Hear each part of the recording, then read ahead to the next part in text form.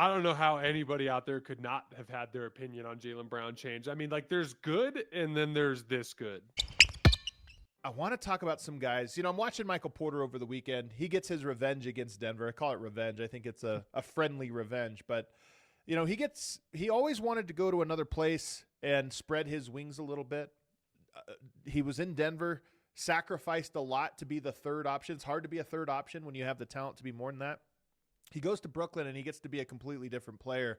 He was phenomenal in the Brooklyn Nets' win over the Denver Nuggets over the weekend. And by the way, this Brooklyn Nets team is too good. Once again, they had to sit him out, thank God, against the Washington Wizards. That was a tank fest. They had to keep him out because if he was in there, they would have dominated. But he is not only scoring at a very efficient rate as a volume scorer, he's passing the ball well. He's playing as a team player well. I know I thought he had some of this in him, but he definitely is doing it at a higher level and more consistently than I would have even imagined. So, yes, my opinion of Michael Porter Jr. has changed. Has yours as well? We talked about this a couple weeks ago, but I didn't want Denver to trade Michael Porter Jr. because Michael Porter Jr. wasn't a good basketball player or that he wasn't capable of helping the team. I thought it was a reorganization of the starting lineup towards foot speed that I thought was important. I thought it had more to do with just the positional needs of the Nuggets in the starting lineup than it did with, Michael Porter Jr.'s individual skill set. I think he's a 4. I think he's a 4 these days. And the Nuggets already have a starting 4 in Aaron Gordon. And it worked to a certain extent, but as the league has shifted towards speed, as you've seen the Oklahoma City's rise and look at what Phoenix is doing, look what Minnesota does, look what Indiana did last year, Boston now, like as you see the league kind of shift towards size, it's just really hard to compete up and down the floor with teams when you've got, 3 slow-footed dudes at the 3, 4, and 5, right? So like I think for Denver, it was more just like again, a reorganization of the lineup. And so to me, Michael Porter Jr. has always been a guy that can do high volume work coming in and out of action. I thought we saw enough of that even in the Denver situation when like Murray would be out of the lineup for a game or Gordon would be out of the lineup, and they'd kind of just shift a little bit more to some more DHOs with him and Jokic and having more opportunity for him to curl over a screen towards the elbow and either shoot or make a read from there. I think that anytime you see a guy increase volume without sacrificing efficiency, it's impressive. So I don't want to sit here and pretend like Michael Porter Jr. has not been impressive this year. I just think that I think it was always a possible outcome that he'd go to Brooklyn and put up big numbers. I think we talked about that over the summer as well. It was just a question of whether or not he'd be able to maintain efficiency, because there's a lot of guys that go do that and they jack up shots in their efficiency tanks. And so to his credit, he's shown the ability to increase his volume without sacrificing efficiency. But to me, Michael Porter Jr. has always been capable of this sort of thing.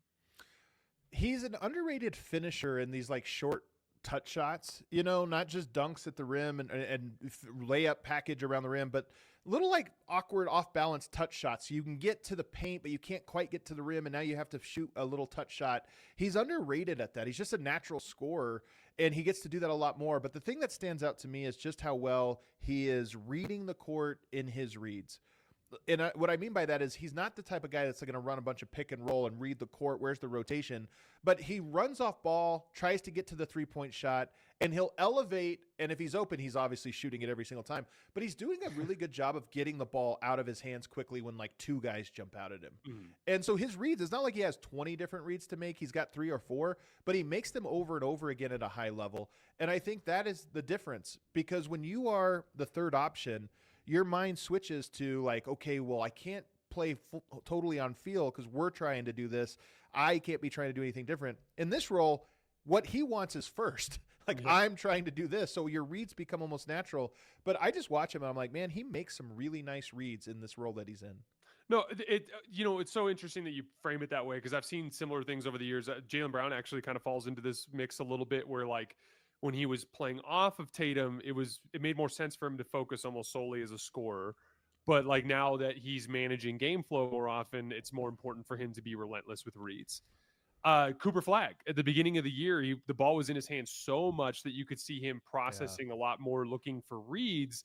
Whereas now they've shifted him off the ball and he's been more aggressive as a scorer when he looks to catch, and it's been interesting to see that dynamic. But I agree with you. Like with Michael Porter Jr. in his new role in Brooklyn, it's far more important for him at this volume to be diligent about making his reads. Otherwise, his shot quality is going to fall off a cliff when teams are, sending 2 at him and it's not working. Here's an interesting thought about Michael Porter Jr., and I had it in real time when it happened. Jamal Murray goes down in 2021. 2022, to me, I was actually excited for it, even though it was a travesty that Denver, right as they entered their prime, lost their second best player. But I was so excited to see what Michael Porter looked like as the second option instead of the third. It was like, all right, well, Murray's gone for a year. Let's see MPJ Jokic develop a 2-man game, and maybe it works and it's awesome. And if not, you still come back with Murray the following year, and now you have 2 guys that have a full season of chemistry, and he gets hurt immediately. And I think it's like one of these weird tragedies. I mean, his career has been a little tragic, and he's made the most of it. You have to tip your hat. 3 back surgeries, and he is still playing in the NBA and doing what he's doing. But that year, to me, I look at and go, God, what I wouldn't give to an in his prime Jokic and a just entering his prime MPJ to get one season together to just say, what is this? And we never got it. All right, let's go to the next guy here. We talked about him a little bit, but Jaylen Brown. Celtics are 22-12. And he's the mid-range assassin. He is taking the second most mid-range, just raw mid-range shots per game. He's taking the second most. If you make those long mid-range, I think it's like 16 feet or so, 16 feet and out. He's taking the most, and he's shooting unbelievable at it. 50% overall, 55% on those long ones. Has your opinion changed about him? I mean, you see the quotes, by the way, for him after this Kawhi game that he came. Jay King over at The Athletic had a great article where it talked about on the plane ride over, he was feeling some kind of way about not getting player of the month. And he went to Joe Mazzulla right after Kawhi's 55-point game. And he said, listen, I want to guard him every possession. Just let me guard him tonight because I have this chip on my shoulder. And he goes out, shuts Kawhi down, or at least limits him to 22 points, and then gives you 50 piece. How many players in the NBA could do that? Hold Kawhi to 22 and score 50 in the same game? I'm not sure there's any other than him. So has your opinion changed about him with what he's done this year? I don't know how anybody out there could not have had their opinion on Jaylen Brown change. I mean, like there's good and then there's this good. And,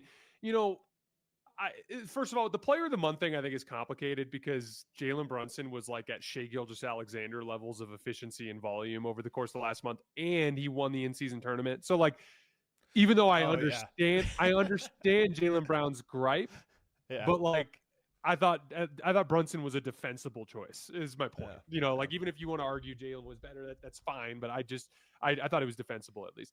But after the Clippers game, he came out and he was like, I'm the best 2-way player in the world right now. And so I woke up this morning and I'm like, all right, like, let's dig into this. Like, does he have a case? And first of all, like, before we go any further, no one's giving you that credit for a month of basketball. Like, you want to know why? You want to know why Nikola Jokic is recognized universally, basically, as the best basketball player in the world? 6 years. It's because for year after year after year after month after 10-game stretch after 10-game stretch after 15-game stretch, he's just consistently doing this, and like he's playing 70+ games every year and all this kind of until this year. But like with Jaylen Brown, his last 16 games, 33, 7-6, 61% true shooting, and he's guarding one of the best perimeter threats on the other team every night. There isn't a player doing more than that right now. So, like, I can't argue with him in the short term. Now, whether or not he gets that sort of recognition in the long run is going to come down, obviously, to sustaining it for a very long time. But he's right. He's literally playing better than everybody right now. And so we've got to give him that credit. And, like, frankly, like, there's been a level of just overall improvement across the board from, like, the diligence with his drives, the kind of like very procedural way he's managed offense, like hunting specific matchups and then getting his spacing right before he looks to attack, not forcing the issue when he gets into the middle of the floor. Like he made a couple of really nice reads in the third quarter against Help when he was in the middle of a 50-point masterpiece where he's literally like, he's taking like a leaning forward 3 on step through and hitting it. Like he could literally make anything. And he's still like hitting Jordan Walsh on a little baseline cut for a dunk or like making a nice kick out for a 3. Like there was so much of that, like command of the floor. His left hand driving has been stronger. He's not turning the ball over as much when he gets to his left hand. The mid-range pull-up shooting, his efficiency has been off the charts good.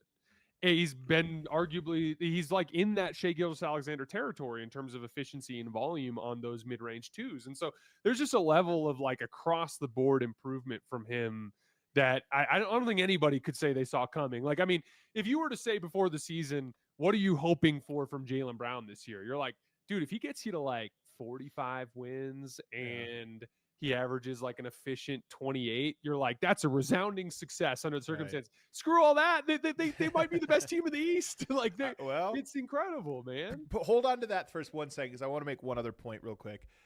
I saw a little subtle eye roll from you about the Eastern Conference Player of the Year, him feeling snubbed some kind of way about it. I think there's a lot of players when they don't get an award that they feel they were owed. It is like, why didn't they pick me? I almost get the sense from Jaylen Brown that he was so happy they didn't pick him. Like, almost like how MJ wanted somebody to trash to him. Jaylen Brown's quotes are almost like, oh, yes, okay, new motivation just dropped, like in this weird way. And so it's almost like he would have not wanted to be a Conference Player of the Month because he would have had to come up with something else.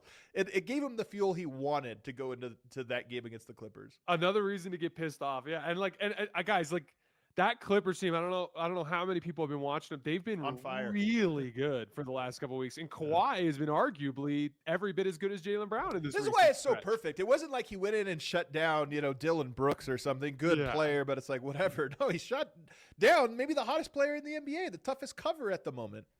Yeah, and not to get like too into the weeds here, but like I thought one of the things that was interesting with Kawhi's recent run is it was very dependent on pull-up shooting. Like he wasn't getting to the rim a ton. It wasn't like he was playing a ton of bully ball. He just like Kawhi's just been on this like surgical stretch of pull-up jump shooting, and I just thought Jaylen Brown closed the gap and just made the shots tougher, got great contests, and just turned them into lower percentage shots. All right, I'm gonna go dumb guy. We try to be smart guy basketball analysts here, but I'm gonna be a little bit of a dumb guy.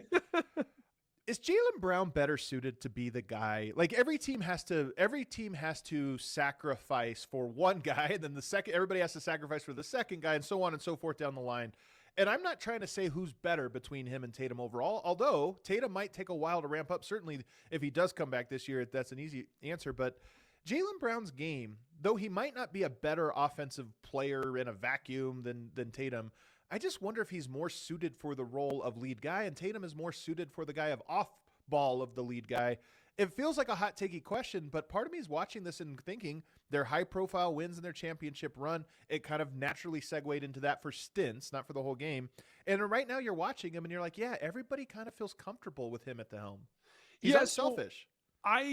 So I personally disagree. I'm not going to sit here and pretend like we got to see what it looks like when Tatum comes back, and if it ends up having some sort of impact on Jaylen, and if Jaylen's production tanks and the team doesn't do as well, I mean, it's worth having the conversation. But I actually go the other way on this. Like I think these are good problems to have. I think Jaylen Brown ascending to the status of superstar it can only mean good things for the future of the Celtics. And again, we talked about this at the very top of the show, but I think the success of the Celtics in large part comes down to a continuity and consistency of system that is starting to pay real dividends as the players know how to play within the system. And ultimately, what I think about with Jayson Tatum coming back is like, a little bit easier life for Derek White, a little bit easier life for Peyton Pritchard, a little bit easier life for Anthony Simons if he's still on the team at that point. I think about them losing to Portland. They've won 7 out of 8, and in the Portland loss down the stretch, they couldn't find a lineup that worked because they kept getting beat by Portland's bigs and their forwards. Jayson Tatum can really help you with that. He can help anchor some of your defensive looks where he's switching off of centers like he did last year. He can really help you on the defensive glass, which has been a disaster for Boston this year. There's like a lot. I just look at it as like Jaylen Brown's ascending. The system with him and Tatum still works. When Tatum gets back, it's just going to make him better. It's gonna be better than ever, in my opinion. Let's go quickly over these last two. The next one I have for you is De'Aaron Fox. 55% effective field goal percentage, pretty good, but he's got the lowest shot quality from three. He's just making a lot, and more importantly, like De'Aaron Fox, I think was. It's funny because he won a national championship in college, so it's funny to say this about a guy, but in the NBA, has not been part of like winning basketball very much. He's playing winning basketball, not a winning team, and I'm wondering, do you credit him for it? Has your opinion changed at all about him? I'll tell you, I kind of was pretty skeptical of his overall impact, but this year, obviously, he's been supremely impactful. Has your opinion changed at all? I would say that I'm a little higher than I was on him in the last couple of years. Not too much, because like I thought in the first round series against Golden State, there were a couple things that popped up. His rim finishing went down. He was like 70% at the rim in the regular season. It dropped to the mid 50s against Golden State.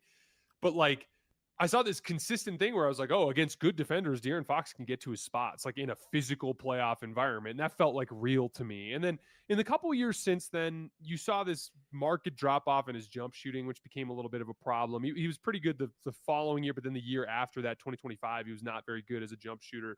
And so that kind of got disappointing for me because I'm like, okay, you look like you're poised to take this leap to like, one of the great star guards in the league, and then you regress in a couple of key areas. But to his credit, he's shot the ball much better this season. And, that I think is the ultimate kind of give and take with him is he's got the driving piece. I've always thought De'Aaron Fox is an underrated passer. He's very, very good at whipping cross-court passes to beat low man help out of the opposite corner, which kind of is like a good thing that drives the engine for San Antonio's offense.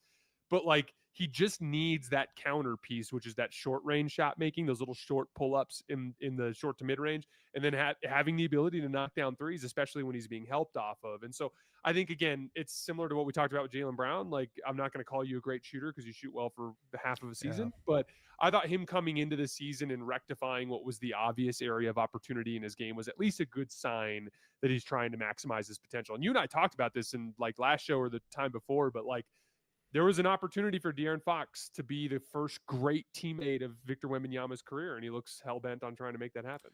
And that's the thing. I like the way you put it because he seems reinvigorated in this role. And I think that maybe he had lost a little luster over this last little bit. Like, just didn't look like he was supremely motivated. He's motivated again, and he looks like a winning player. The last one, I just did this one just for you, just to tee it up because, when we talk outside the show. Has your opinion on Luka Doncic changed at all, Jason? It has. Every time, I've had the opportunity in my life to root for 4 different like superstar level talents as a fan. As a fan. Dwayne Wade, LeBron James, Anthony Davis, and Luka Doncic. And it's been really interesting to see the juxtaposition of all those guys. And the thing with Luka, there's been 2 things that have really stood out to me over the course of my experience rooting for him over the last year. One, he is by far the most foul grift dependent player in the NBA. That process of just like literally like hunting fouls, possession after possession after possession, can just get really difficult to watch. Don't you feel like he's got the little demon Luka on one shoulder and angel Luka on the other, and he always will go to it because it is a part of the game and he's good at drawing it. But there's like when he gets frustrated or gets in a rut, the little devil voice is like, just go for it every time. Do it again. Do it again. Do it over and over. And you can just see it. You're like, oh, he's in this mode tonight. Yeah. And by the way, he's been worse than usual in this department. Like, I know he's capable of being better. He's in a little bit of a slump, and I want to talk about it in a second, but he was better in the second half last night. But like, there's definitely like a foul grifty and complain at the refs, foul grift, complain at the refs, foul grift, complain at the refs thing. That just makes him a little hard to watch. The second piece I'd say is his mistakes undercut his success often. He's a high turnover player, and this season in particular, he's just missing a lot of shots. He's missing a lot of step back threes, missing a lot of just overall shot attempts, which are between those and the turnovers, sparking a lot of transition opportunities for the other team. I was telling you this at dinner the other night, but like literally he had in that game against Detroit had 19 points directly off of Luka turnovers and Luka missed ISO threes. And like, it's just really difficult to do that when you're undercutting your success, right? Now, again, to his credit, last night against Memphis in the second half, he has, I think, 17 points and 3 assists, 0 turnovers, only 5 missed shots. And the Lakers ran away with the game in that second half. And so it's like, that's the thing with Luka. If he can limit his mistakes, avoid the turnovers, keep his, field goal percentage higher. Because like when you look at the Shays and the Jokic's, the other great offensive engines in the NBA, Giannis as well, they're making over 50% of their shots. So there's not as many missed shot attempts that are sparking these fast breaks. basically since Luka went to Slovenia for the birth of his child, he's like 42% from three, or excuse me, 42% from the field, yeah, and like middle 20s from three, like over 5 turnovers per game. That's just a lot of mistakes that makes it really difficult. And, for all of the talk about the Lakers roster issues, one of their biggest issues in the last month is that Luka just hasn't been very good on offense. You mentioned him getting frustrated with the fouls and then leaning into it even harder. I don't know if you know this one, but Serbia has a culture, and he's half Serbian, half Slovenian, of e-knots. It's part of their cultural identity. This idea of somebody it's spite. So if you don't call a foul on me, I'm going to exaggerate the call every time until you do call it. And I think this is what you're talking about. That's the little demon on his shoulders. He'll go in, get grabbed, no call, and he'll get so mad where he's like, I'm going to do the same move every time until you notice it and call it. And if they don't call it, it's just 5 times in a row that he does it. And he just gets madder and madder. And Jokic does this one for sure. Luka does it as well. They both have E-Not sometimes in the wrong direction. There's a simple, we talked about this earlier with Shea with taking you out of rhythm. What'll end up happening is then he'll run into a team like Phoenix or Oklahoma City that's really disciplined with their hands, and they never leave their feet. And so for an entire game, it's all right, Luka, now you got to make shots. Right. But he hasn't been practicing making shots for the last 10 games. He's been practicing grifting. So now he's out of rhythm and he doesn't have, and so it's just one of those things where I think there's a place for trying to get to the foul line. There's a value. It helps control pace, and getting defenders out of position is a very useful way to buy yourself some space against ball pressure. But ultimately there's got to be a balance. And if you lean too heavily into it, I think it's actually a net negative for you.